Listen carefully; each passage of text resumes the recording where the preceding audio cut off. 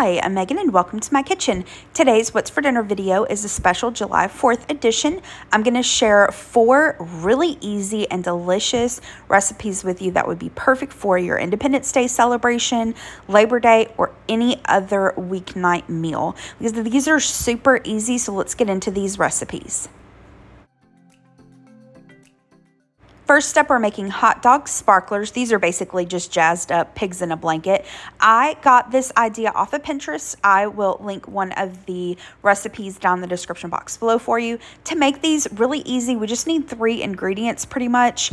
So we have a can of crescent roll dough. Now, if you could find the crescent roll sheet, that would be easier. I couldn't find it, so I'm just going to use the crescent roll dough and pinch it together.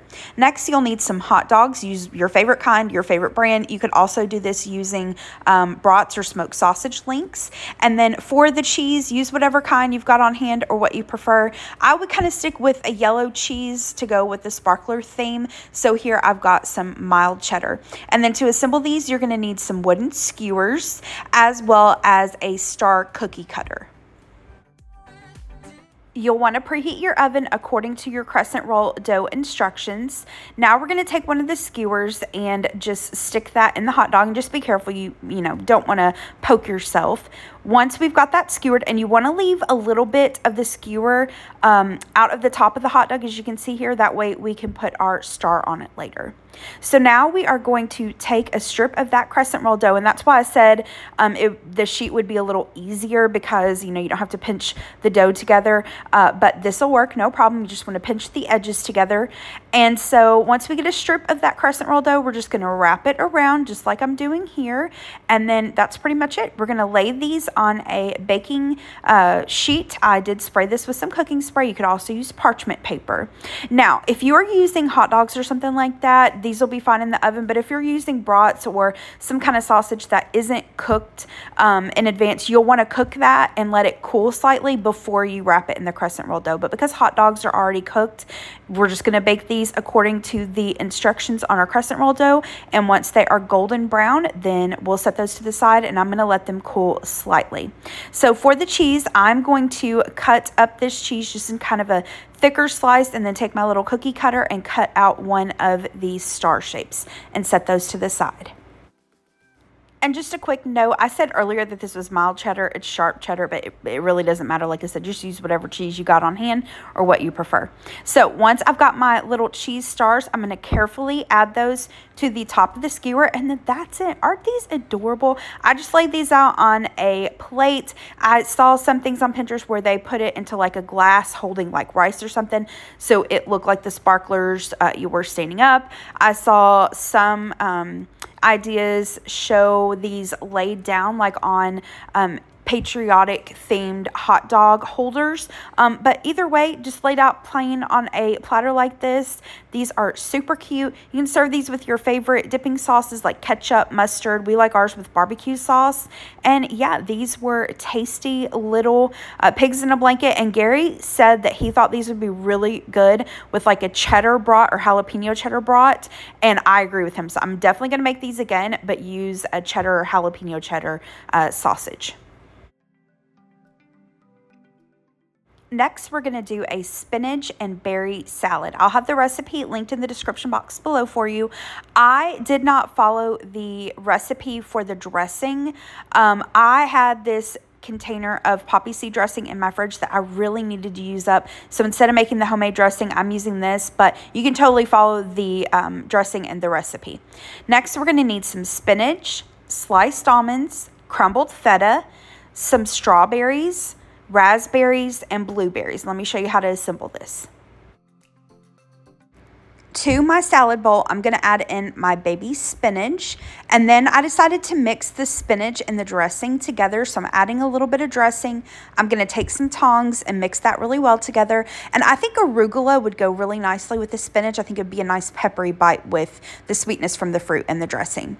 So once I tossed that together, I wanted to add a little bit more spinach, so I've done that, and then we are going to add in the strawberries. I sliced these Next, I'm going to add in the blueberries as well as the raspberries. So we've got our red and our blue. And now for the white part, we're going to add in some crumbled feta as well as sliced almonds. You could also do slivered almonds or leave the almonds out altogether. And then that's it. That's the salad. Quick and easy, like I said. And this is the first time I've had a like spinach and strawberry salad. I know, you know, they're common and pretty popular. I've just never had it before. I wasn't sure how I'd like it, but I really loved this salad. The berries with the feta and the dressing, it was really good, and Gary loved it as well. So I recommend that you give this a try. And this is a great, you know, side dish to make either for your own July 4th celebration or if you're taking it somewhere. You know, sometimes with July 4th and other holidays in the summer, we get a lot of heavy sides, potato salad, pasta salad. So this is a lighter side, but it's still really flavorful and delicious. Next up, I tried another new recipe. This is for a pimento cheese macaroni salad. Of course, the recipe will be down below.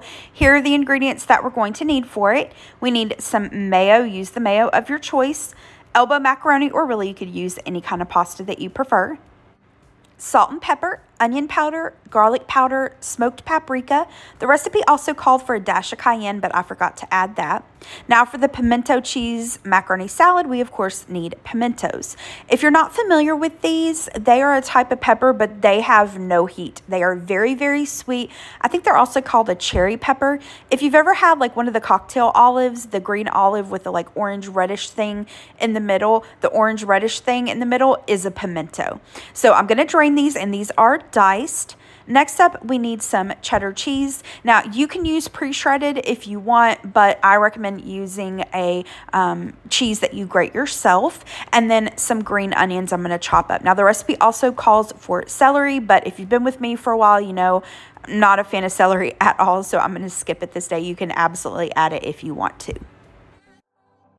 I'm going to start out by making the dressing. So to this bowl, I'm going to add in my mayonnaise and the seasonings that I mentioned earlier. If you're not familiar with pimento cheese, it's a classic Southern recipe. It's a staple here in the South. A lot of people have kind of their own recipe, but it's usually pretty simple. It's usually mayonnaise, maybe some cream cheese, some seasonings, pimentos, and then shredded cheese.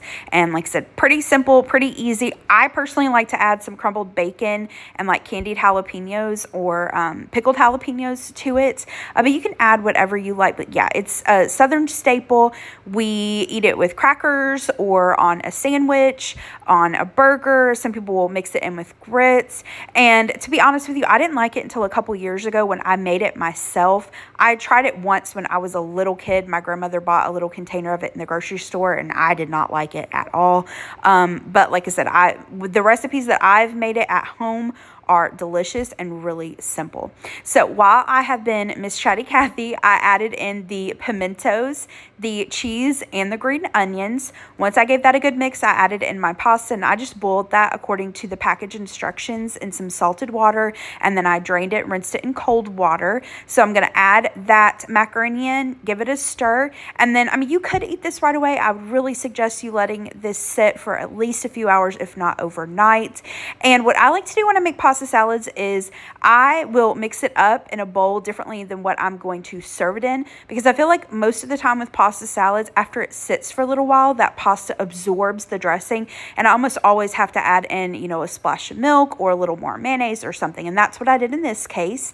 So once it sat overnight, I added in just a tiny little splash of milk, and then that was it. And this was a yummy little pasta salad. Now, it's simple.